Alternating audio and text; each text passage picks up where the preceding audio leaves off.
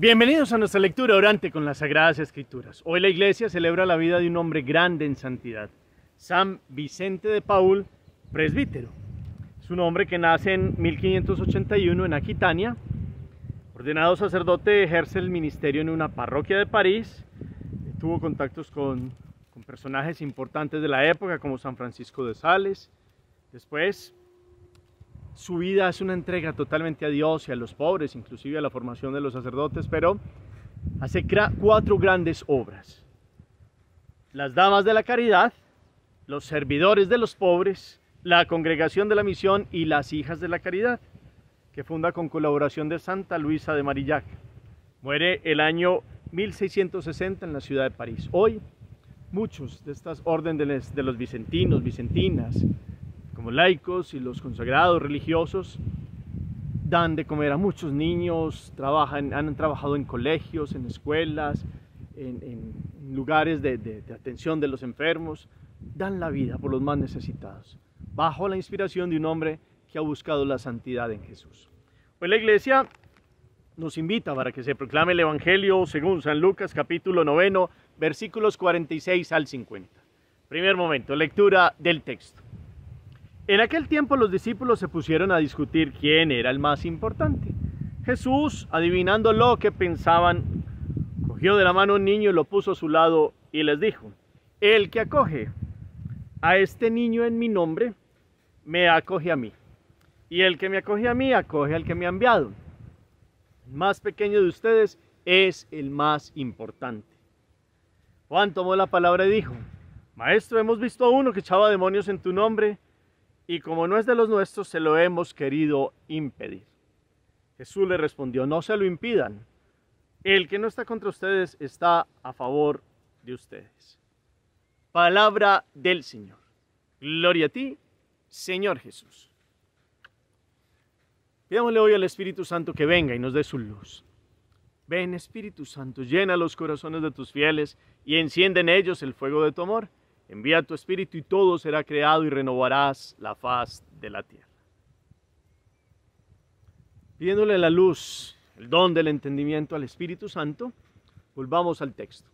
La mirada clara en las palabras, en el párrafo, buena voz, lectura pausada. ¿Qué nos dice el texto hoy? ¿Qué palabras, qué imágenes, qué situación los toca a ustedes en este día? Después de una lectura, 2 lecturas, después de tomar el texto y repetirlo interiormente en la mente y bajarlo al corazón. ¿Qué nos dice hoy la palabra? ¿Qué estaba pasando con los apóstoles? ¿Y qué situación crea Jesús para, a través de ello, pues darle una enseñanza a estos que venían en algo que nos dice ahí el texto? ¿Qué estaba pasando con ellos? ¿Cuáles son las palabras con las cuales Jesús pone una situación ejemplar con la cual Él quiere que dejen lo que estaban haciendo? Y después, ¿qué pasa en un segundo momento del Evangelio de hoy? Como Juan, ¿qué le dice a Jesús? ¿Y cuál es la respuesta del Señor? ¿Qué verbos, qué actitudes, qué situaciones hoy vienen a movernos con esta palabra? Segundo momento, meditación. Cuando ustedes y yo vamos en el recorrido del año, en las lecturas, pues entre semana hemos venido leyendo un evangelista y los domingos estamos escuchando a Marcos, y ya habíamos terminado Mateo entre semana, estamos escuchando la proclamación según San Lucas. Y si ustedes han venido con el encuentro cotidiano con la palabra, se van dando cuenta que a veces se cruzan hechos muy parecidos o según la narración de cada uno. Es decir, Marcos hace pocos días nos había hablado de cómo los apóstoles un domingo venían un poquito como discutiendo quién era el más importante. Y Jesús había puesto el niño en la mitad y se había dado toda la enseñanza, y ustedes y yo hicimos la narración y hablamos del pequeño Benjamín, que Jesús tomó como ejemplo. Ya lo habíamos escuchado hace relativamente poco en Mateo también, pero hoy aparece Lucas más sintético aún, mostrando el pasaje que ya habíamos escuchado en Marcos, y que ayer también, de cierta parte del Evangelio de ayer era una prolongación de ese texto, y de hecho el segundo momento del Evangelio de hoy lo escuchamos en la proclamación de ayer. A eso me refiero cuando en estas lecturas vamos tocando evangelios que rápidamente se vuelven a escuchar. según la versión de los sinópticos, según la forma como nos lo relata cada evangelista. Y nos permite aquello como para ir mejorando un encuentro con Jesús. Todos los días es vigente, lozana, fresca la palabra de Dios. Y la situación es, otra vez, viene a nuestros oídos la discusión de los apóstoles sobre los puestos. ¿Quién es el más importante? ¿Quién tiene más méritos?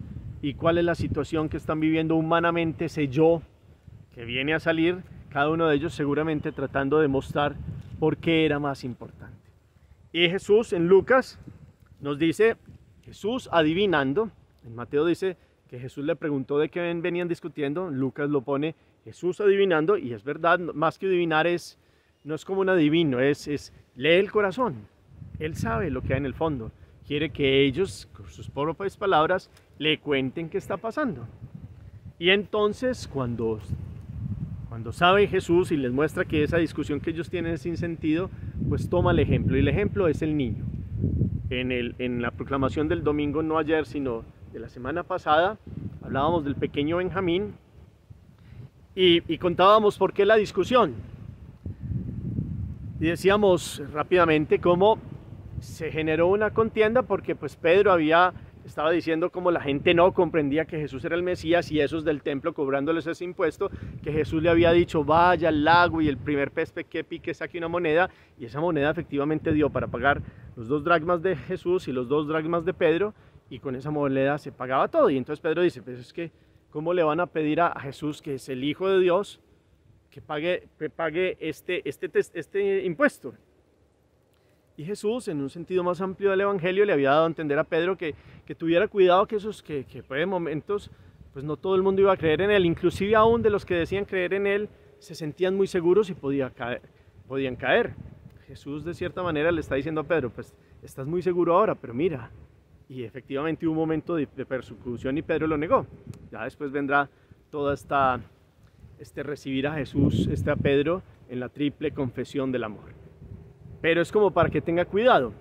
Y cuando Jesús intervino, pues como que Judas Iscariote se burla un poco de Pedro y empieza ahí una contienda. Y la contienda es cada uno a su manera, y esto es muy humano, quería decir por qué él era el primero.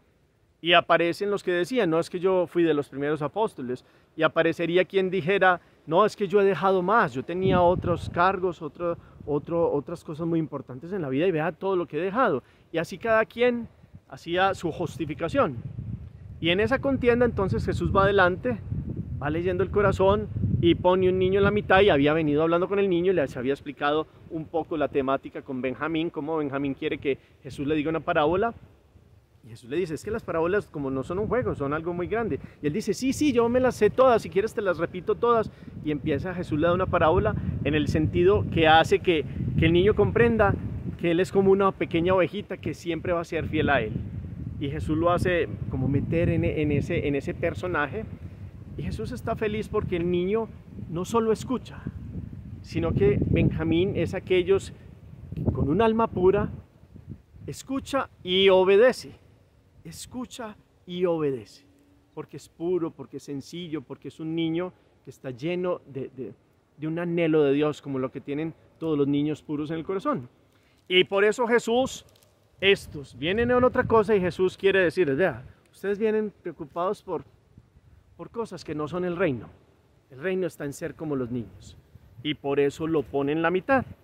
Y por eso además, la idea central de hoy también es, el que acoge a este niño en mi nombre, me acoge a mí, y el que me acoge a mí, acoge al que me ha enviado. Y esto en un sentido, que los especialistas lo interpretan hoy, es, en el niño están los que no cuentan para el mundo, porque en esa época en Israel las mujeres y los niños no contaban tanto, y pues no cuenta. O son los que menos saben, o los que podrían valer menos, inclusive en sentido económico, pues no aportan para el desarrollo, etcétera. Y vienen a mostrar todo un montón de hombres y mujeres que son como los marginados también. En ese sentido es el pequeño. Pero en un sentido muy profundo, teológico, que ya hemos conversado, el niño es, si ustedes y yo somos templos de Dios desde el bautismo, imagínense cuánto no más, Dios entra con toda la fuerza de su ser al corazón de los niños, que son puros, inocentes, confían, aman. Y en el buen sentido de los niños que todavía no han entrado en un montón de actitudes que le han enseñado a los adultos, obedecen, porque aman. Como el pequeño Benjamín le decía a Jesús que él le obedecía a la mamá porque la amaba mucho. Pues estos niños son como aquellos puros de corazón que están plenos de Dios. El niño es teólogo por excelencia y lo hemos hablado. Por eso acoger un niño y los que son como ellos, porque no es solo niños, siendo adultos, la invitación de Jesús es que seamos niños. Y hemos profundizado que no se trata de tener una edad cronológica y una edad psicológica distinta. Es decir, yo con 40, como lo hay en el mundo, o muchos con 50 tratando de ser adolescentes todavía. No. El sentido es que el alma, estamos hablando del espíritu, y en el alma el espíritu, que es el centro, sea lozana, sea pura, tenga la frescura con la cual Dios la creó. Porque es soplo divino, porque somos creados a imagen y semejanza como Dios. Y los niños son eso, plenitud de Dios. Entonces el que acoge, cuida y da el mejor ejemplo y ama a un niño, pues está amando a Dios, porque Dios está plenamente en los niños y en los que son como ellos, adultos que han optado totalmente por Dios o quieren vivir en pureza, en rectitud, en bien, no en malicia, no en mentira, no en intriga, no en doblez, no en lujuria, que es lo que vamos perdiendo con el paso del tiempo tristemente. Entonces, acoger al niño es acoger la ternura de Dios en el corazón de los pequeños, niños o adultos que quieren vivir en rectitud y en santidad delante de Dios. Y por eso acogerlos a ellos es acoger a Jesús, y acoger a Jesús es acoger al que lo ha enviado. Esta es como esta escala que va presentando Jesús para que ustedes y yo hoy meditemos en algo, y eso es lo que yo quiero que en esta meditación sea centro. Y lo hemos hablado ya algo. Cuando ustedes y yo vemos un niño de 2 años o 3 años, miren los ojos, la mirada. Distinto a los momentos en que está llorando, tiene hambre, tiene frío, y bueno. Sino el niño en su plenitud, ¿cómo es la mirada de un niño? Transparente. La mirada de un niño genera ternura, dulzura, ganas de protegerlo, de cuidarlo. Lógicamente el niño depende de quien tiene a su lado, así nosotros delante de Dios. Pero la mirada de un niño es limpia, transparente. Jesús quiere que en los corazones siga guardando la transparencia, la pureza, la inocencia. Por eso en el Evangelio ayer hablaba es que el que escandaliza a un niño, más le valdría colocarse una piedra de molina al cuello. Es que escandalizar a un niño y enseñarle malicias, y enseñarle a iras, y enseñarle a toda la doblez del corazón y a la intriga y el mal ejemplo para el niño, que va quitando la transparencia de la mirada y del corazón del niño, eso es un escándalo. Por eso hoy pensamos en cómo conservar esta transparencia, cómo esta mirada de los niños nos ayude a nosotros a pensar qué ha pasado en nuestro corazón, que hemos perdido esa frescura, la lozanía de los niños. Seguramente en una historia personal tendremos que sanar muchas cosas que han pasado y malos ejemplos y otras cosas, pero se puede en Dios volver a tener la pureza de corazón y mirar hoy a estos pequeños, a los niños o a los que son como ellos, inclusive a los que no cuentan para el mundo, pero tienen un corazón bondadoso y grande, pues nos enseñen hoy a buscar a Jesús, el niño en el centro, Dios en el corazón del niño. Y lo más lindo es, en un sentido amplio, Jesús diciéndoles a los apóstoles como habrá quien dirá, pero es que qué rico fuera poder ver a los ángeles. Y dice Jesús, es que para eso les he dado a los niños, que son como ángeles. Y cuando hay un niño en una familia, ese niño les debería dar como la alegría de poder mirar, y el adulto mirar la mirada del niño y mirar la actitud del niño y limpiar el corazón. Y volver a ese principio del origen donde hemos estado con toda la pureza y la gracia de Dios. Y el niño alegra a la familia y el niño enseña, en el niño hay un aprendizaje. Qué bueno hoy que en el acogerlos, ustedes y yo valoremos la mirada de ellos, el corazón del niño. no el corazón ya del adulto entrado en malicias, porque Jesús dice que tristemente de ahí del corazón es donde vienen los robos, las fornicaciones, un montón hace como una temática ahí, que tristemente es cuando se pierde la lozanía, la frescura, la pureza, la presencia de Dios en la vida, porque somos templos de Él, pero pues, verdaderamente albergamos a Dios en el corazón y los niños lo tienen en el corazón. Y aquí hay algo, y es como seguir teniendo y guardando esta presencia de nuestro Dios y Señor, la mirada del niño. ¿Cómo son nuestras miradas? Porque la mirada espiritualmente es la ventana del alma. El espíritu con minúsculas se asoma en los ojos y podemos ver que en los ojos a veces viene el orgullo, la soberbia, la ira, el deseo y el apetito a los instintos, y en la lujuria todas las miradas que muestran que por aquí adentro en el corazón hay algo que no está en paz. Los que roban, los que ambicionan, la avaricia, la mirada. Hay unos que aprenden a tener una mirada doble, como si fueran tranquilos, pero por dentro están llenos de un montón de situaciones. Por eso el niño es aquel que mira con la claridad, transparencia que hay en el fondo del corazón. ¿Cómo estamos nosotros? ¿Cómo está nuestra mirada? ¿Cómo está nuestra alma? ¿Cómo está ese deseo que tengamos en el corazón de ser como los niños y purificar la vida delante de Dios? No es un temita más de Jesús, es un tema, ahí está la vida. Buscar la santidad es ser como niños en los bienaventurados los pobres de espíritu, bienaventurados los limpios de corazón, porque ellos verán a Dios. ¿Quién acoge a un niño? Un niño ve a Dios. Y no es mentira, un niño puede ver hasta el ángel de la guarda y puede ver unas realidades de la presencia de Dios que está con él. Por eso Jesús dice que sus ángeles siempre están en presencia de Dios. Y es una temática muy fuerte, es una invitación para que hoy meditemos aquellos. Y en este contexto entonces sigue Jesús enseñándoles muchas cosas de esto de cuidado con escandalizarlos. Esto no lo da Lucas, lo escuchamos ayer en Marcos. Y llegan a un tema de cómo hay que tener cuidado de que si tu ojo te hace pecar, más bien hay que sacárselo, que si tu mano te hace pecar, córtatela. Y empieza como esta vigilancia que hay que tener. Y en esa vigilancia, pues la lucha contra el enemigo que no descansa. Satanás no descansa, Satanás dice, voy a descansar. No descansa. Y así aquel que quiere vivir en presencia de Dios y llegar a la eternidad en Dios, ahí tiene un combate todos los días con las fuerzas y el arma de Dios, y en la oración, pues combatir para tener la limpieza de corazón. Y Jesús está hablando de eso, y entonces los apóstoles dan en cuenta que en algún momento le dijeron a unos que no podían expulsar demonios en el nombre de Él, y Jesús quiere aclararles que si lo hacen con toda la plenitud, pues no van a estar contra ellos ni contra Él, que lo puede hacer siempre y cuando, decíamos ayer también, que el nombre de Jesús se acepte con fe en el corazón. Y Dios podrá mover a aquellos que quieren tener una rectitud de intención, porque el nombre de Jesús es salvación.